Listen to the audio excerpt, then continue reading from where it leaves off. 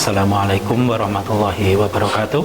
Alhamdulillahirabbil alamin, wassalatu wassalamu ala asyrafil anbiya'i wal mursalin wa ala alihi wa ashabihi wa man tabi'ahum bi ihsanin ila yaumiddin. Amma ba'du.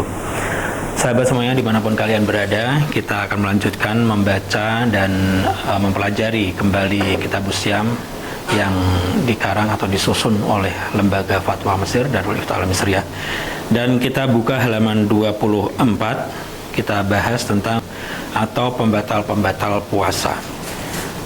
Tanhasir mubtilatus shaum fima yali. Ada beberapa pembatal-pembatal puasa yang itu terangkum dalam hal-hal berikut ini. Yang pertama adalah ta'ammudu idkhalu ainin ilal jawfi min manfadhin maftuh, yaitu sengaja memasukkan sesuatu fisik ya ke dalam perut atau ke dalam tubuh kita dari organ yang terbuka. Organ yang terbuka maksudnya adalah seperti mulut dan hidung, manfadh maftuh. Wala tu'tabar al-ain manfadhan maftuhan. Akan tetapi mata kita, lubangnya walaupun ini ada lubangnya, terbuka maksudnya, itu tidak dianggap sebagai atau tidak masuk kategori manfadh maftuh atau organ yang terbuka yang dimaksud dalam masalah puasa ini. Wa kadzalika masam atau pori-pori, masamul jilid, pori-pori kulit ini walaupun kalau di mikroskop terlihat terbuka-terbuka, ada lubang-lubangnya, itu tidak yang dimaksud seperti itu. Wal jawf indal fuqaha, yang dimaksud dengan dalam tubuh, sesuatu yang berada di dalam itu maksudnya apa? Ma yali hulqumul insan, setelah kerongkongan seseorang atau setelah kerongkongan manusia. Nah, ini yang dimaksud dengan jauf. Seperti apa? Seperti lambung, seperti usus, seperti kandung kemih. Ini ada perbedaan pendapat para ulama dalam hal ini. Kemudian seperti bagian dalam otak.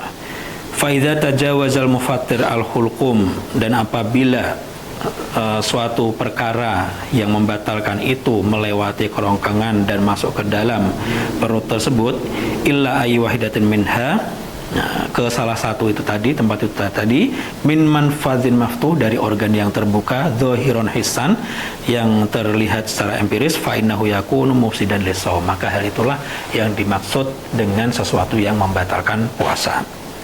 Itu adalah perkara pertama. Perkara yang kedua adalah sengaja memasukkan ke dalam farj, baik kubul maupun dubur, baik depan maupun belakang, walau bila inzal, meskipun tanpa mengeluarkan mani. Jadi sengaja memasukkan organ vital baik ke dalam kubul yang terletak di depan maupun dubur yang di belakang, meskipun tanpa mengeluarkan mani. Yang ketiga, khurujul mani an mubasyarah, keluarnya air mani dengan disengaja juga, kalamsin au kublatin wa nahwi dzalika, dengan beberapa faktor-faktor yang memang dilakukan seperti sentuhan-sentuhan atau dengan ciuman atau hal-hal yang lainnya. Jadi memang ada faktor kesengajaan. Kemudian al istiqaah wa hiya ta'ammudu ikhrajil qai', sengaja muntah.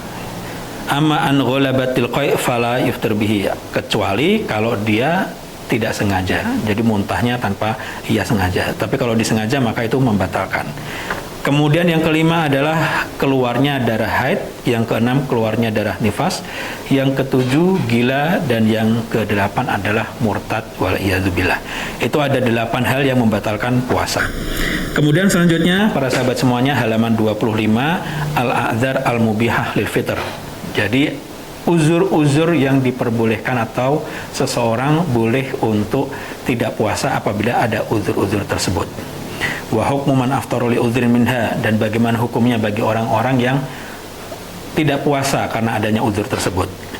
Yubahul fitr liman wajaba alaihi shaum idza tahaqqaqa fihi amr min al-umur al-atiyah. Apabila terjadi beberapa perkara di bawah ini, maka diperbolehkan untuk tidak puasa. Yang pertama ada al-ajiz anis siyam, tidak mampu puasa li kibari sinin, karena faktor usia, karena sudah tua, wa marodin muzmin, atau karena sakit yang kronis menaun lama, la yumkin mahusyam, yang memang tidak memungkinkan untuk puasa. Wa hukmuhu ikhraju fidyatin an kulli yaumin wa qadruha mud min ta'amin limiskin. Hukumnya bagaimana? Orang-orang yang seperti itu mengeluarkan fidyah dari setiap hari yang dia tinggalkan, itu jumlahnya 1 mud makanan bagi seorang miskin. Sebagaimana firman Allah Subhanahu wa taala, wa 'alal ladzina yutiqunahu fidyatun ta'amu miskin. Al-Baqarah 184. Wa miqdarul mud wa huwal mikyal. Berapa 1 mud itu berapa? Disebutkan di sini yusawi bil wazn, dengan ukuran berat itu setara dengan 510 gram dari gandum menurut jumhur ulama. Kalau mud itu kan sebenarnya satu tangkupan tangan penuh gitu. Jadi kalau kita mengambil dengan kedua tangan kita seperti posisi dalam berdoa ini, misalkan mengambil beras, ya seperti itulah 1 mud. Kemudian al-masyaqqah az-zaidah ghairul mu'tad. Adanya kesusahan, ini uzur yang kedua, adanya kesusahan yang sangat-sangat berat yang itu tidak terbiasa. Maksudnya tidak biasa mengalaminya, seperti orang yang susah berpuasa karena sakit, tetapi sakitnya masih mungkin untuk sembuh. Jadi misalkan seseorang terkena penyakit tertentu, tapi itu akan sembuh insya Allah dalam hitung-hitungan kalkulasi medis, maka dia diperbolehkan untuk tidak puasa. Au kana fi ghazwin wa jihadin. Demikian juga orang yang sedang berperang, sedang jihad fisabilillah, atau dia sedang sangat-sangat kelaparan sekali yang itu mengkhawatirkan bahaya terhadap dirinya. Au kana muntaziman fi amalin wa huwa masdaru nafaqatihi. Seperti juga orang yang memang memiliki profesi kerja yang memang tidak bisa ditinggalkan lagi, dan itu memang sumber penghasilannya tidak bisa ditangguhkan, la yumkinuhu ta'jiluhu wa la yumkinuhu ahda'uhu masaum, dan dia tidak mungkin untuk melakukannya bersama puasa. Hukmuhu jawazul fitr wa wujubul qada. Bagaimana hukumnya? Dia diperbolehkan untuk tidak puasa tapi wajib qada. Kemudian yang ketiga, uzur yang ketiga adalah as-safar. Idza kana safaru mubahan wa masafatus safar alladhi yajuzu mahul fitr arba'atu burud. Apabila seseorang melakukan perjalanan yang mubah, bukan karena tujuan haram, dan jaraknya sudah mencapai 4 burud. Berapa itu 4 burud? Para ulama menyebutkannya itu sekitar 48 mil dengan farsah 16 farsah. Wa tuqaddaru bi sayri yaumin mu'tadilain, atau setara dengan jalan kaki 2 hari dengan jalan kaki yang normal, tidak cepat-cepat, tidak lambat-lambat.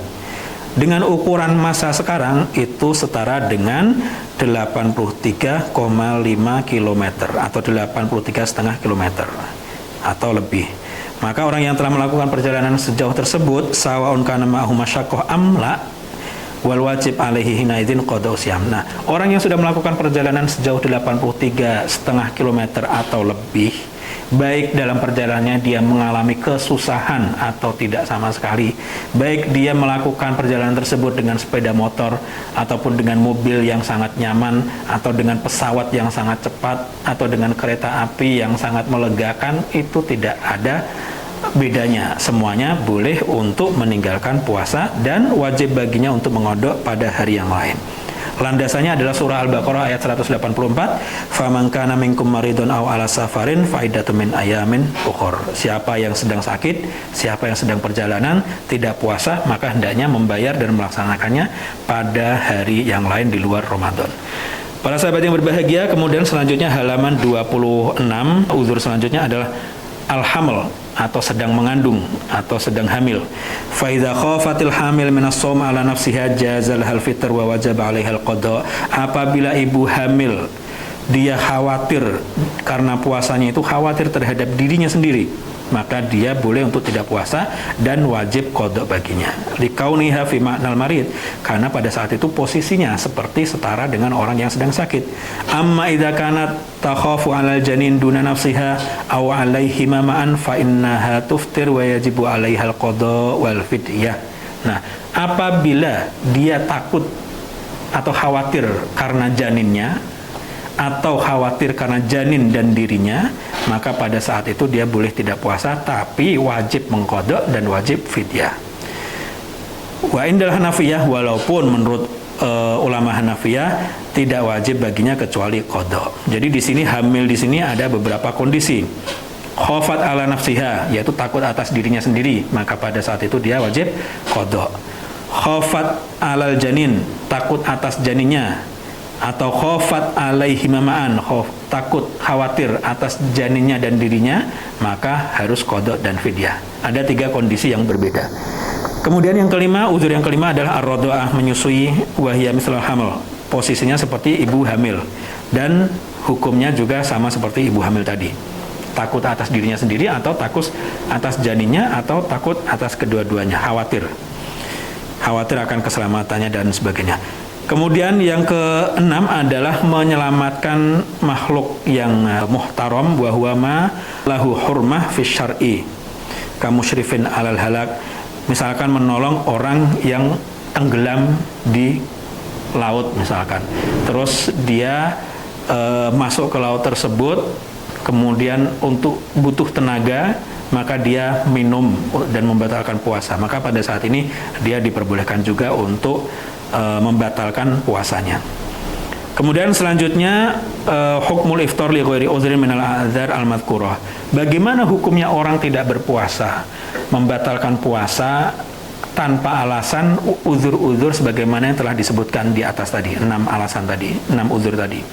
Al-iftar fi nahari Ramadan bila uzrin kabiratun minal kabair, kabiratun min kabairidz dzunub. Itu adalah dosa besar, salah satu dosa besar. Wa tajibut taubah, wajib taubat alaman aftara fi Ramadan li ghairi uzrin, bagi siapapun yang tidak berpuasa membatalkan puasa tanpa uzur. Fala budda min ayatubal muftir minhat taubah as-shadiqah, dan harus tobat dengan tobat yang sungguh-sungguh. Karena Rasulullah telah bersabda, man aftara yauman min Ramadan min ghairi udhrin wala maradin lam yaqdihi siyamud dahri wa insamahu. Barang siapa yang 1 hari saja tidak puasa Ramadan tanpa adanya uzur syar'i, tanpa karena sakit, maka itu tidak akan bisa dia bayar sekalipun harus berpuasa 1 tahun penuh. Artinya apa? Artinya ini perkara yang tidak remeh. Yakni amruhu khotir yani. Wal iftar qad yakunu mujiban lil qada wal kafarah aw ahaduhuma ala tafsil at-taati. Dan terkadang kondisi yang seperti ini selain mengharuskan qada juga kadang mengharuskan kafarah. Bagaimana penjelasannya? Penjelasannya pada halaman 27 di situ, nomor 1, yakunul fitr mujiban lil qada wal kafarah wa imsak baqiyatul yaum. Nah, pada saat itu orang berbuka puasa yang mengharuskan dia harus qada dan kafarah, namun sisa harinya dia harus tetap tidak makan minum. Dan ini menurut ulama Syafi'iyah dan Hanabilah hanya untuk orang yang sengaja membatalkan puasanya melakukan hubungan suami istri. Kemudian yang kedua adalah dia wajib qada dan juga tidak makan minum sampai akhir harinya, sampai malam tiba, tanpa adanya kafarah, yaitu apabila ada seseorang yang melakukan hal-hal yang membatalkan puasa tetapi tanpa ada hubungan suami istri, maka pada saat itu dia tidak perlu kafarah. Wa aujabal Hanafiyah wal Malikiyah al kafarah fil akal wa syurb amdan aidan. Tetapi namun ulama Hanafiyah dan Malikiyah mewajibkan kafarah dalam makan minum secara sengaja. Jadi apabila ada orang makan minum di siang Ramadan secara sengaja, maka dia juga wajib kafarah selain qada menurut Hanafiyah dan Malikiyah. Adapun kafarah di sini ada 3 hal, ada 3 sifat, ada 3 kriteria.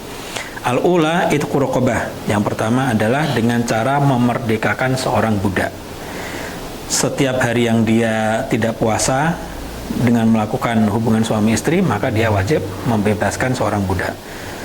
Dan jumhur telah mensyaratkan budak yang dibebaskan tersebut adalah budak yang beriman.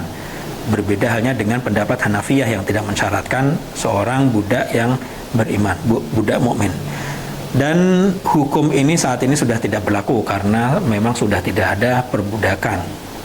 Kemudian apabila tidak ada perbudakan, tidak ada budak yang bisa dimerdekakan, kemudian dia pindah kepada kafaroh yang kedua, yaitu puasa 2 bulan berturut-turut. Maka apabila ada orang tidak puasa batal dengan hubungan suami istri, dia wajib qadha dan juga kafarat. Kafaratnya apa? Puasa 2 bulan berturut-turut. Fa in lam yastati fa it'amu sittina miskinan. Tapi jika dia tidak mampu puasa 2 bulan berturut-turut, 1 bulan aja dia batal, nggak kuat, apalagi 2 bulan berturut-turut nggak mampu, maka dia memberikan makanan 60 orang miskin. Fa in ajaza an kulli hadhil umur. Namun jika dia tidak mampu semuanya, tidak bisa membebaskan budak, tidak bisa puasa 2 bulan berturut-turut, dan tidak bisa memberikan makan 60 orang miskin, saqatat anhul kafarah hatta yaqdir ala fi'li syai'in minha. Maka gugurlah kafarat atas dia, tidak wajib kafarat sampai dia mampu melaksanakan salah satu dari kafarat-kafarat tersebut. Jadi masih ada tanggungannya sampai dia mampu. Dan kafarat tersebut menurut ulama Malikiyah boleh ditangguhkan. Artinya dia tidak harus terpaku dengan waktu tertentu, akan tetapi boleh nanti, boleh sekarang. Faiza fa'alal mukaffir ayya khislatin minha ajza'athu. Dan mana saja dari 3 kafarat tadi yang dilakukan oleh orang yang memiliki tanggungan kafarat, maka itu sudah menggugurkan kewajibannya. Baiklah para sahabat semuanya, dimanapun kalian berada, itulah tadi pertemuan kita pada hari ini. Semoga apa yang kita pelajari menjadi manfaat bagi kita semuanya. Barakallahu fikum. Wassalamualaikum warahmatullahi wabarakatuh.